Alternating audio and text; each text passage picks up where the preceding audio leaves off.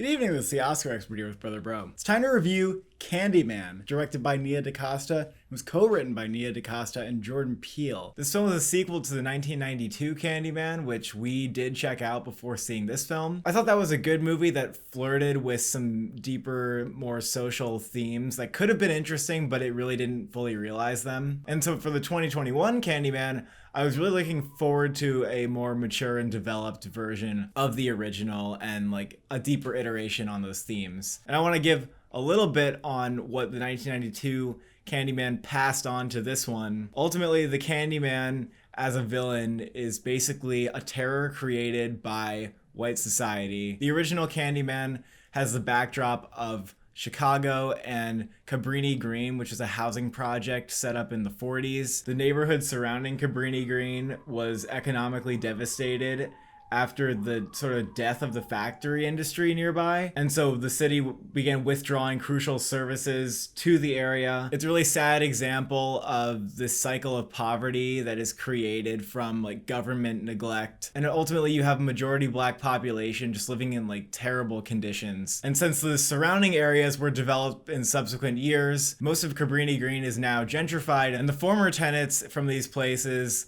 have no choice but to find housing elsewhere, and often it has the same level of risk for their safety, aka just what gentrification is. So I was hoping there'd be like a modern take on that, and unfortunately I feel like this film does a little bit better of a job than the last one at tackling that, and I can see a little bit of what it's trying to do. But ultimately, I felt like it only touched upon gentrification from the outside and like didn't really explore it in a deep way.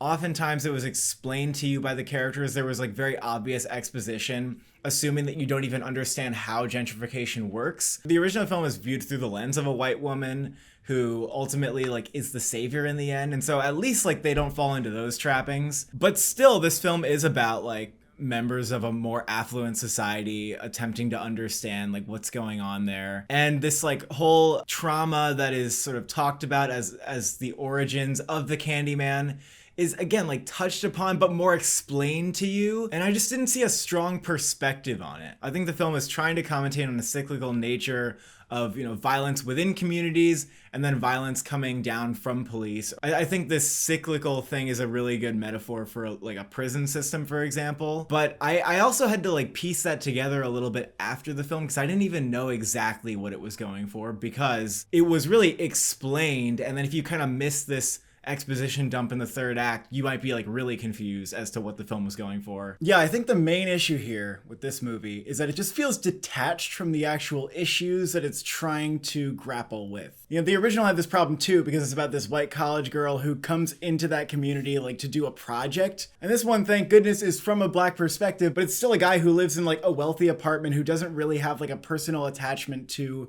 these neighborhoods, or at least doesn't feel like he does. And he goes into that community and tries to explore it because he's trying to do a project. Once again, I think there's a lot of ways in which the movie tries too hard to call back to the original. It spends a lot of time explaining things that happened in the first one so that you can understand them in the second one. And for me, as somebody who watched the first one like this week, it was like, yeah, you're retreading a lot of territory that I just figured out. And if you're someone who hasn't seen the original, you're probably going to be like, this is a little like complicated to like kind of shove into me all at once. But in the first one, the Candyman, who's a victim of racial violence, it doesn't seem like his whatever mission he has is any sort of like vengeance or like will do any kind of justice to that, or that he's acting out of that specific rage. A lot of like the motivation for the villain seems to be like this, we need to keep like the legacy of the Candyman going for some reason, and that's something I didn't understand in the first one or this one. Yep. Why is like killing people, keeping this narrative going, like an important thing? I do not know. And also when our main character is like kind of diving into these neighborhoods, unlike the first one, these neighborhoods are now abandoned and unoccupied, and so in a way it almost feels even more detached. Because it's like nobody's even dealing with gentrification. Like we don't see anybody actually dealing with it. What if we had a protagonist who was actually in a neighborhood that was affected by like these systemic problems. I mean, really, they should have just made it about the woman whose baby was saved in the first movie. Or even Coleman Domingo had a little bit more of like a personal thing going on. On that topic, I didn't understand why it was about this character. Yep. And by the end of the film, I was kind of confused as to what like the point of their arc was. I know why it's about the character like plot wise and like the whole like legacy of the Candyman, like that's clear. But this just, what does this person have to offer the story? Like, there wasn't much character development. Like, this was a really weak protagonist, I think, because they just aren't somebody who is confronted by the ideas that the movie is trying to tackle. Yeah, I disagree a little bit in that I liked the sort of descent into madness that we were given a little bit of. I just didn't understand it. One commentary I think the film did do well was it showed the desire of like these white critics of art to commodify black people's experiences. And I think that's a really valuable commentary. I like when films try to confront like liberal mindsets as well, because those are just as capable of harming people as any. And it's interesting because we do live in a time where we value non-white voices, but because we can never really get away from racism, like even that becomes sort of part of the problem, is like how we look at black creators is like serving our society or like serving the commentary that we need to enlighten ourselves like as white people. I thought that was like a thought-provoking part of the film. However, sometimes it was hard to see why this film isn't doing that. I think to some degree, you know, we are like promised some sort of commentary on gentrification that we get kind of a shallow version of it. It reminded me of how we saw this play out in the 40-year-old version, where Rada Blank is told to make a play about gentrification because that's a trendy topic that the white people are now like behind. And this movie is like about a couple of topics that feel like that. Gentrification and a little bit of police brutality too. I don't know if it really dives deeper into those things. A couple of things make me question like the motivation of this film. One is that it does feel in many ways like beholden to the fact that it is a sequel. Oftentimes it does seem to prioritize like the thrills and the legacy to the original over something that is wholly unique. Maybe their intentions were really genuine and just like they just didn't pull it off well. I'm perfectly happy to believe that as well, but it generally just felt a little bit complicated or unsure of exactly the point that it was trying to make a lot of the times. I think complicated is a good word too, because complicated is when it's just, it needs to be reduced down to something more substantial. And when you need to explain so much, you kind of have to question like, why isn't it that the story itself doesn't deliver this commentary? When the movie wants to communicate something to you, it just tells you the idea. It's just not showing you these things. It's not making you feel these things or experience them. And like you were saying about like being complex versus being complicated, I think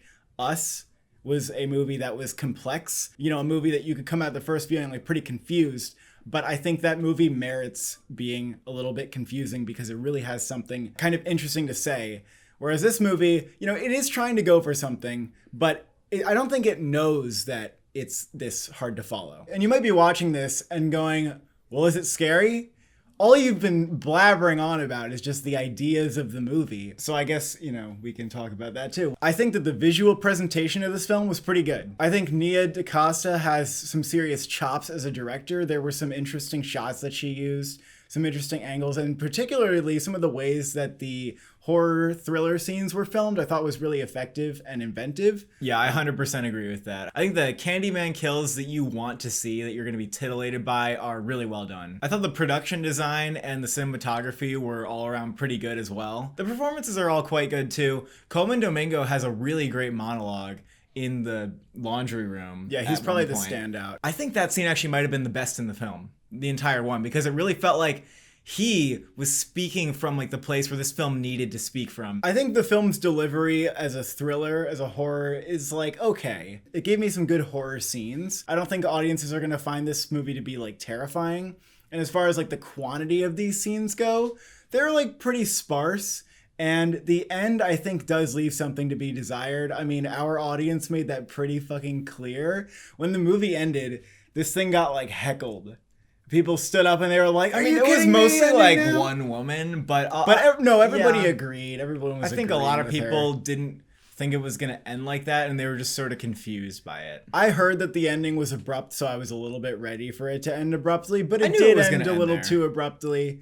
Okay, but I knew it was gonna end there. I didn't think it was gonna go on any longer. I thought that was maybe an okay place to end. I just don't know if the movie fed us enough for it to feel satisfying to end there. If the movie was longer and it even just gave us a little bit more thrills until it decides to end, I would have been cool with that. I do admire the movie's ambition a little bit. Like the third act definitely tries to bring in some substance. But like I said, I found it hard to follow and I felt like it was too rushed and like cobbled together to really make an impact on me. And I was a little bit lost at that point, just being like, yeah, I don't know where this is really going or like what the core of this is. I think Yahya Abdul-Mateen was good, but like his character was so underwritten. I think it felt like it was a struggle for him to pop out the way that I think he's capable of doing as an actor. I think there's one scene where he's like sort of going insane in his art gallery and he's fighting with his girlfriend, and that scene really worked for me. Overall, even though I was pretty negative, I do feel a little bit mixed on it. Like, I don't hate it. The part I am pretty positive about is that it was an effective like thriller, and it had some good